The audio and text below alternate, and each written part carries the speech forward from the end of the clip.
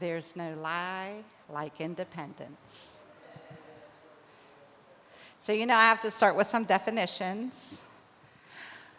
Independence, a state of being not dependent, complete exemption from control or the power of others. A state in which a person does not rely on others for subsistence. This is where our children don't have a clue about independence. Ability to support oneself. And that subsistence means complete provision, means of supporting life, that which supplies the means of living as money, pay, or wages. So now you understand that there's no lie like independence. Freedom from restraint is the definition for liberty. The word freedom's definition, a state of exemption from the power or control of another, exemption from slavery, servitude, or confinement, exemption from fate, necessity, or any constraint in consequence of predetermination or otherwise, any exemption from constraint or control.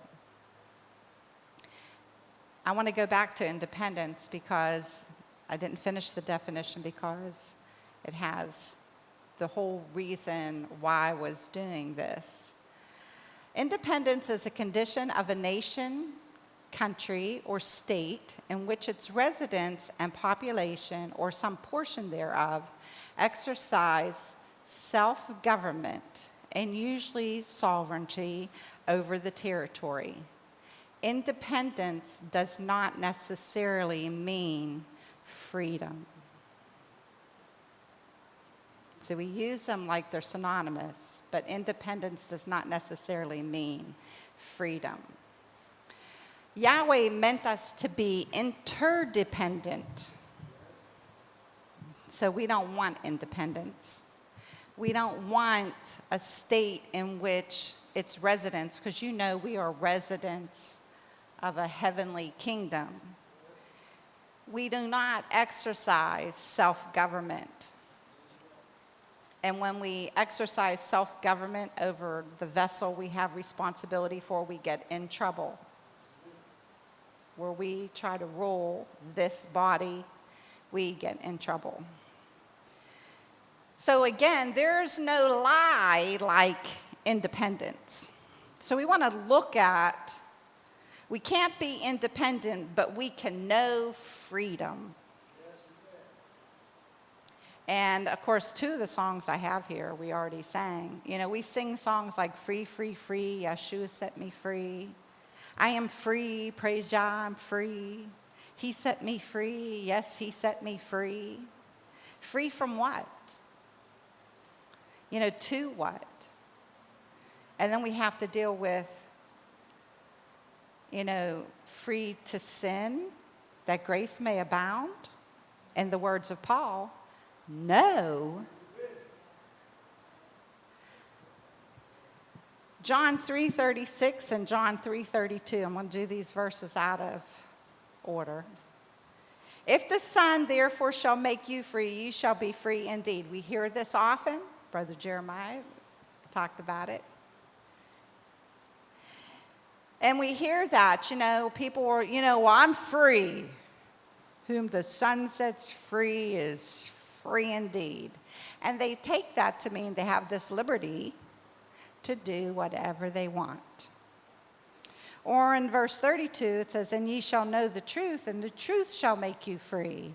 And they still equate that with Yahshua came, he died, shed his blood, buried, resurrection. That truth sets me free. Again, free to do whatever I want. But if we look at the whole context of the scripture, which is John starting at verse 31 and go through 36, we get to see exactly what Yahshua is talking about when he makes mention of, if the Son therefore shall make you free, you shall be free indeed, and ye shall know the truth, and the truth shall make you free. Verse 31 says, Then said Yahshua to those Jews which believed on him, If you continue in my word, then are ye my disciples indeed.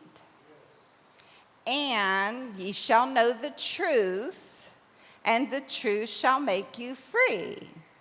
And that free means exempt. Now, do y'all know what exempt means, right?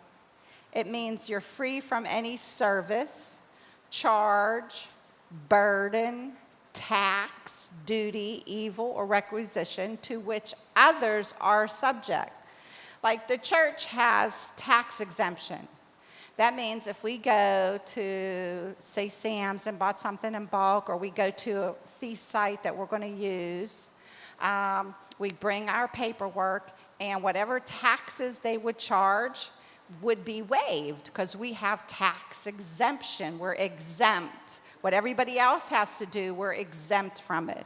Or say you're hurt or sick and there's chores in the house, you might be offered an exemption from your chore because you're ill or you're hurt and you're not able to do it, so a parent may offer you an exemption. Therefore, the other children all have to do theirs, but you're exempt from it.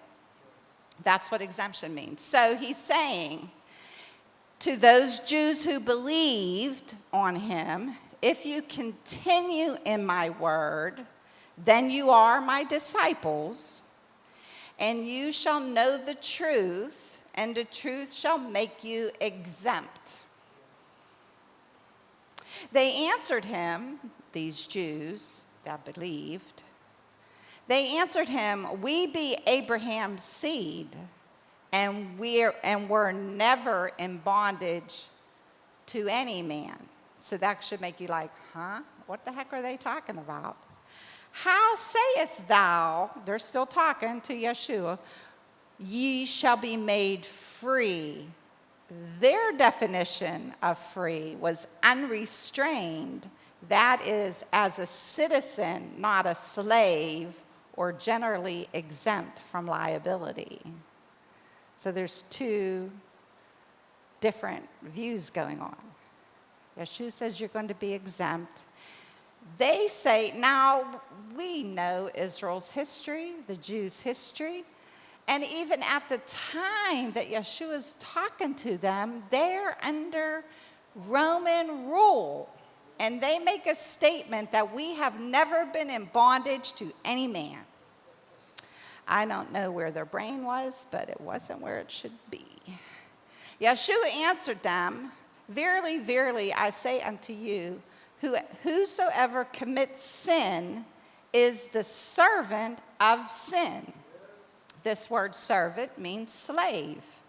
Figuratively or literally, voluntarily or involuntarily. You're a slave, whether you want to be or not. If you commit sin, you are sin's servant, period. There's no, well, I didn't mean to, or you are whether you wanted to be or not. Whether you willfully did it or not, you are sin's servant. And the servant abides not in the house forever. Think of servants. You have somebody who comes in and cleans your house. They don't live there. They come and they go. They do not abide in your house forever. But the Son abides ever. Now, usually we kind of take that to mean us, but let's keep it to meaning Yahshua. So he abides in the house forever. He's the Son. So what's his, what's the Father's is his. He's the heir. It's his. All right? So the servant doesn't abide in the house forever, but the Son, Yahshua, abides ever. Therefore, if the Son, therefore shall make you the servant who does not abide in the house forever, free, you shall be free indeed. He has the power to set free one who is a servant. Now let's look at, if the Son therefore shall make you free, that means to liberate, that is to exempt. Ye shall be free. Unrestrained, that is a citizen, not a slave, or generally exempt from liability. So if the Son liberates you, you become a citizen, not a slave. And you are generally exempt from all liability. Liability from what? You sin, you die. Everyone who sins has that. See, this is where exemption comes. This is the general rule. You sin, you die. But we've been made exempt from that by what Yahshua did.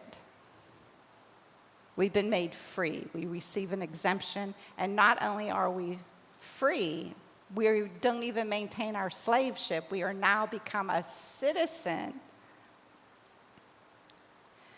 Romans 8:15 says, "For ye have not received the spirit of bondage, again to fear, but ye have received the spirit of adoption, whereby we cry, Abba, Father."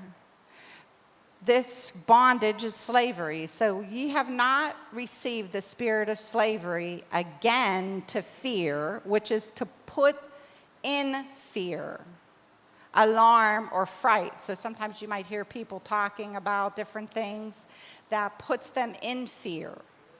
You know, maybe all the incidences happen in a particular neighborhood. Now the neighborhood is in fear.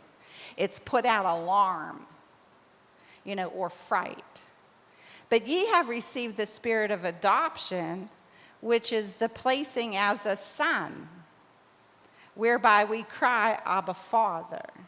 So this citizenship, this sonship, is given to us not to, we weren't set free to be put back into bondage, but we were set free to be a part of the family.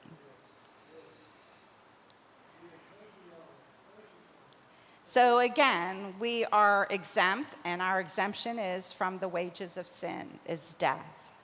I've been made exempt from my sin, and again, the question goes, to sin that grace may abound?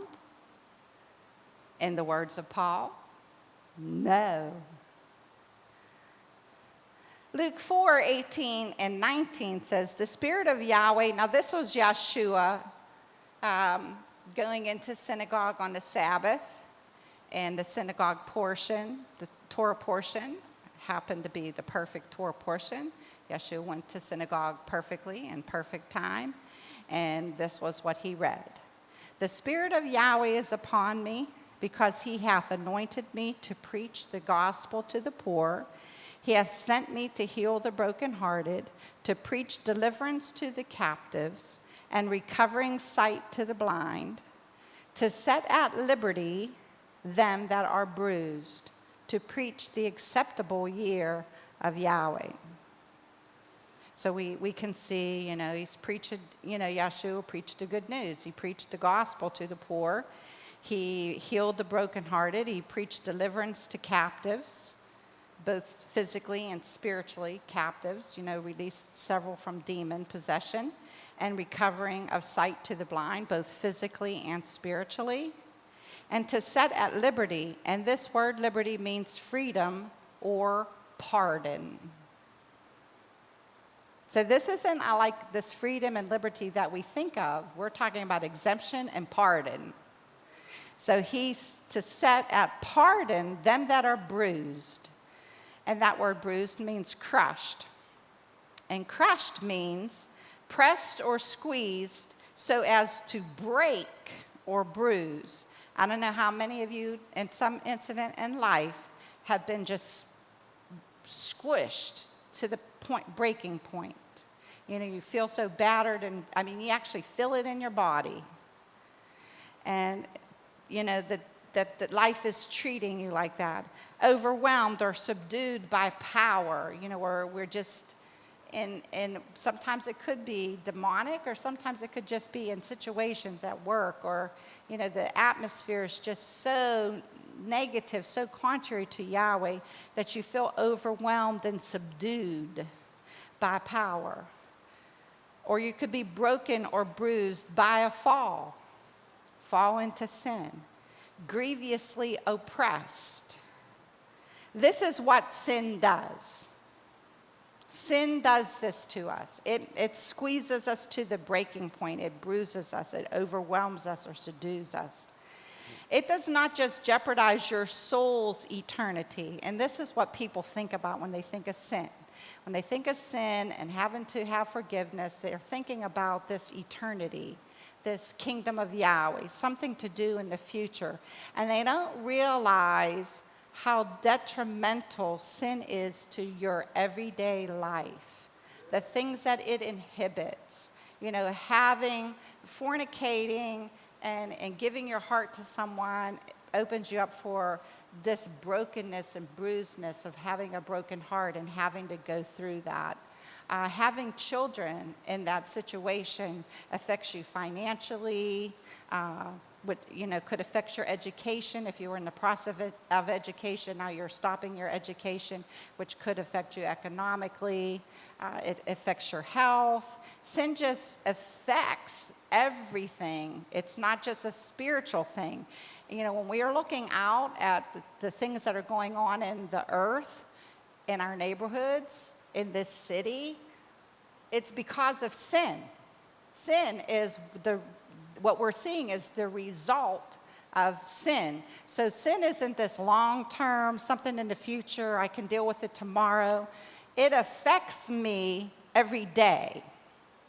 It affects me, to disease, physically and spiritually, to my money, to my health, to my mental well-being. All of it is caused by sin.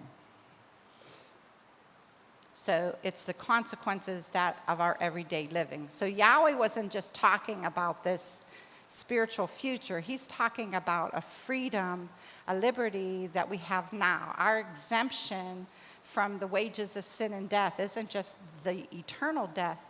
It's the process that causes us to die. Yes, our physical body is deteriorating, but that doesn't mean you can't live a full and well life. That doesn't mean you're rich and have everything you want, but that talks about the surety that you can have, the peace that you can, the contentment that you can have no matter what status you find yourself in, knowing that Yahweh is your God. And you get that from being exempt from sin. Sin causes you to worry, it causes stress, causes all that type of stuff in your life. And our exemption, our liberty, our freedom from that gives us the ability to be happy in life. Whether we're poor, rich, terminally ill, we have something that when people see you, people are like, what is wrong with them? But we've got what's normal. We have the exemption. Yes, I can have a terminal illness, but I don't have to respond like the terminal illness would want me to. I'm exempt from that. I'm exempt. Now, with all of this comes warnings.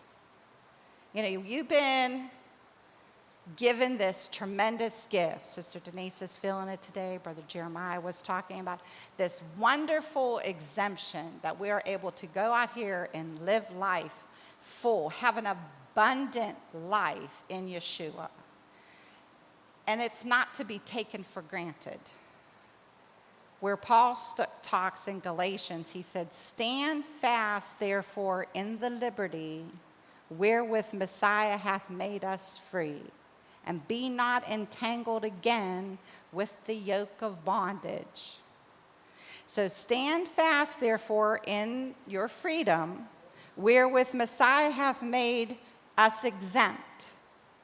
So right there, if I look at the definition of that word free, what he's made me exempt from, he's not talking about the law. He's talking about the law of sin and death. I'm exempt from that. And be not entangled again with the yoke of bondage. Well, we just read in the scripture that sin, whoever commits sin is the servant of sin. It puts me in bondage. So he gives me a warning. You have this, but you need to stand fast in it. Yes, stand fast. You have to keep it, nurture it, take care of it, stay in it, and don't become entangled again with the yoke of bondage. Don't go back into sin. For brethren, you have been called unto liberty, freedom. Only use not your liberty for an occasion to the flesh. An opportunity to the flesh. Do not allow, because you have this freedom, that you've been exempt from the consequences of sin, to continue to sin. Don't do that, because it's an endure to the end thing. It's not a one and done. It's a one and done if you continue to walk in it. It's not a one and done if you did it and then you went off back into your old lifestyle, into your old ways, and associated with your old friends and thinking your old ways, and you're not progressing, you're not standing fast in it. You become in bondage again. Your exemption status is waived. So it's like the church for tax exemption, you have to do that every so many years. It's not a one and done. They like to review to make sure you're still worthy of your exemption. So guess what? Don't the scripture say that? Say something about self-examine? Make sure you still got worthy of the exemption. Paul said, walk worthy of the calling. He's not saying anything different. I got to evaluate where I am. I got to self-examine so that I am making sure that I'm not entangled with the yoke of bondage, that I'm not in sin, and I'm not using this wonderful freedom to sin, but love one another. I'm taking the advantage of the liberty that's been given to me, the exemption that's been given to me, and I love one another and encourage one another, and making sure that we're all standing fast in the liberty wherewith we've been called. Now, in closing, which is going to be not like a minute, I want to, because it's continuing with this warning. Because this, to me, is very important. I mean, what Yahshua has done for us is wonderful and great, and we need to rejoice. But when I look at the warnings, what I see is how wonderfully merciful and gracious God has been to me. That his, makes me realize I need to step up my game and make sure I'm standing fast in the liberty. But thank you, Yahweh, that he is gracious, and he's long-suffering, and he's tolerant, and he's forgiving, because sometimes we're not like we ought to be. So I want to look at 2 Peter, and I want to start at the second chapter, starting at verse 1 and go through verse 19. So this is like a warning, and it continues with the self-examination, to continue to examine self, but not only myself for sin, but the things that I'm giving audience to ministering, to, who's presenting the word to me. The word needs to be delivered by one worthy. Not that we're perfect, but one who's standing fast in the liberty. That knows the works that Yah has done. Somebody who is not for personal gain, and so it's not always beneficial for us to just listen to any preacher or listen to any prophet or listen to any evangelist. We need to monitor the things that are proceeding into us. And those that are mature, who can hear a thing and know, oh, that ain't right, and turn it off, need to educate those that are under them or that are around them, that why this one is not someone that's fit to be listening to, and that you shouldn't give them power to speak into your life because of the corruptness, how they've taken the word of Yahweh and they're corrupting it. Now, there were false prophets among the people, just as there also will be false teachers among you. So he took it as it's past, but it's also present. And so it's the same thing today. That's a wonderful thing, the way the Bible is written, that how Yahweh inspired it, that it's like when he says the word now, it's still now. It's now. It wasn't like 50 years ago that was now. It's still now. So there were false prophets in the past, just as there also will be false teachers among you, current, who will secretly introduce destructive heresies and even deny the master who bought them, bringing swift destruction on themselves. Now you have to understand that Yahweh's swift is not our swift. With someone who's eternity or an infinite, several hundred years is swift. Somebody who's finite like us, that's not very swift. So you got to remember who's saying swift. Yahweh is saying swift. So swift destruction on them. So he's talking about these false prophets or teachers will secretly introduce destructive heresies. And I want you to think of our brethren that are caught up in mainstream Christianity. So these people have come in and they've secretly introduced destructive heresies and even denied the master who bought them, bringing swift destruction on themselves. Many people will follow their immoral ways, and because of them, the way of truth will be maligned, which is to make evil or harmful. So because of them, the way of truth, they speak evil of it. They make the things of Yahweh evil by saying you ought to do contrary. So if they're calling the bad good and the good bad. In their greed, they will exploit you with deceptive words. The ancient verdict against them is still in force, and their destruction is not delayed. In other words, the judgment is the judgment. Yahweh is not changing his mind. He's not going to, the judgment is the judgment. What he said in his word against evil is how it's going to be judged. For if Yah did not spare angels when they sinned, but threw them into the lowest hell and imprisoned them in chains of deepest darkness, holding them for judgment. And if he did not spare the ancient world, but protected Noah, a righteous preacher, along with 7 others, when he brought the flood on the world of ungodly people, and if he condemned the cities of Sodom and Gomorrah and destroyed them by burning them to ashes, making them an example to ungodly people of what is going to happen to them, and if he rescued Lot, a righteous man who was greatly distressed by the immoral conduct of lawless people, for as long as that righteous man lived among them, day after day he was being tortured in his righteous soul by what he saw and heard and their lawless action. Then Yahweh knows how to rescue godly people from their trials and to hold unrighteous people for punishment on the day of judgment. Especially those who satisfy their flesh by indulging in its passions and who despise authority.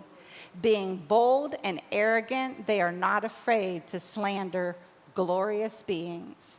Yet even angels, although they are greater in strength and power, do not bring a slanderous accusation against them from Yahweh.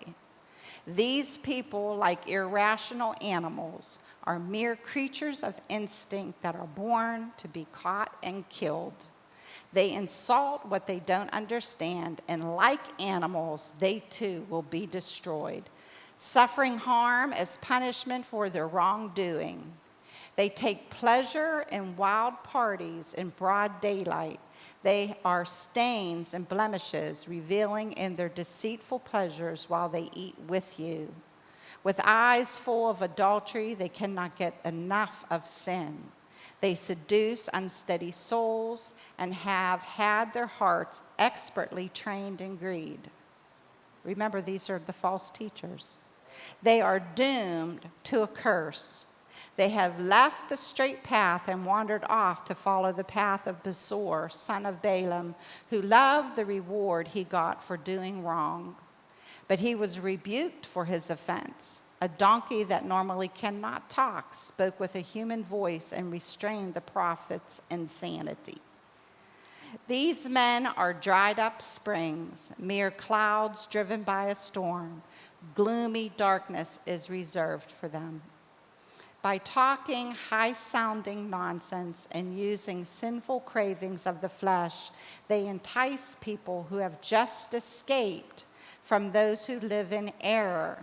Note who they go after, those who just escape, those who just receive their exemption. They go after them, promising them freedom. They themselves are slave to depravity, for a person is a slave to whatever conquers him. So we have to be careful, we have to be mindful, not that we're going to lord over people. We encourage people to listen to various things, but you have to be careful of what you're listening to, what you're taking in, because you don't want someone promising you a way of freedom when they themselves are in bondage. They are in bondage to their own sin, to their own lust. They cannot offer you freedom. They cannot offer you freedom. There is only one way, and you must enter it and stay on the highway. And an highway shall be there, and a way, and it shall be called the way of holiness. The unclean shall not pass over it, but it shall be for those, the wayfaring men, though fools, shall not err therein. You need to hear that, because it's like the first time, I was like, what? Wait a second, though fools? Because the unclean can't get on it. So those were fools. They were fools, according to Proverbs. They were fools. But once they were wayfaring, they were traveling men. Though they were fools. Once they got on the highway, they shall not err. They stay on the straight and narrow. They do not err. They become wise. They're fools. And then verse 9, that was Isaiah 35:8. And the end of verse 9 says, but the redeemed shall walk there. The redeemed walk on the way of holiness. Again, we don't wish to be independent. We are created to be interdependent upon Yahweh first and upon one another, because that's the way Yahweh made us.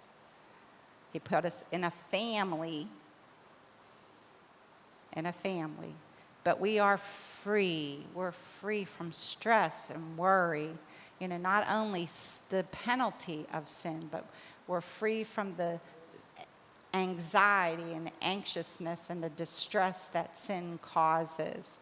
We're not necessarily free from the consequences of it, but the anxiousness, the worry, the stress, the fear of being consumed by it is all gone. We're exempt from that. We can go through with Yahweh. We can deal with the consequences of the actions through Yahweh and know that we're in his love and in his mercy, and we're exempt.